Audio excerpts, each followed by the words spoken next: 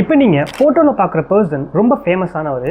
ஏன்னு நான் உங்களுக்கு சொல்கிற வீடியோவை ஃபுல்லாக பாருங்கள். ஆக்சுவலாக இவருடைய பேர் சோமோட்டோமு யாமகுச்சி. இவர் ஒரு ஜப்பான் நாட்டை சேர்ந்தவர். எதனால் இவர் இவ்வளோ ஃபேமஸ்னா, ஜப்பானில் அமெரிக்கா போட்ட 2 அட்டாமிக் பாம்பில் இருந்தும் இவர் தப்பிச்சிருக்காரு. ஆகஸ்ட் 6, 1945 யமகுச்சி ஒரு பிஸ்னஸ் ட்ரிப்காக ஹிரோஷிமா போயிருக்காரு. அப்போதான் அமெரிக்கா அவங்களுடைய ஃபர்ஸ்ட் ஆட்டம் பாம்பை B-29 ஏர்கிராஃப்ட் மூலயமா ஹிரோஷிமாவில் வெடிக்க வைக்கிறாங்க. அதில் இருந்து யமகுச்சி எப்படியோ தப்பிச்சிடுறாரு, பட் நிறைய இன்ஜுரிஸோட.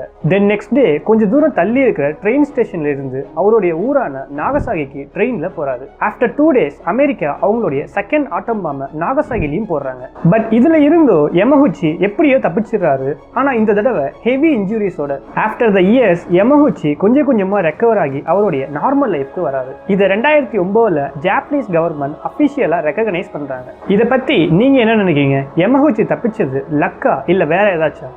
கமெண்ட்ஸ்ல சொல்லுங்க.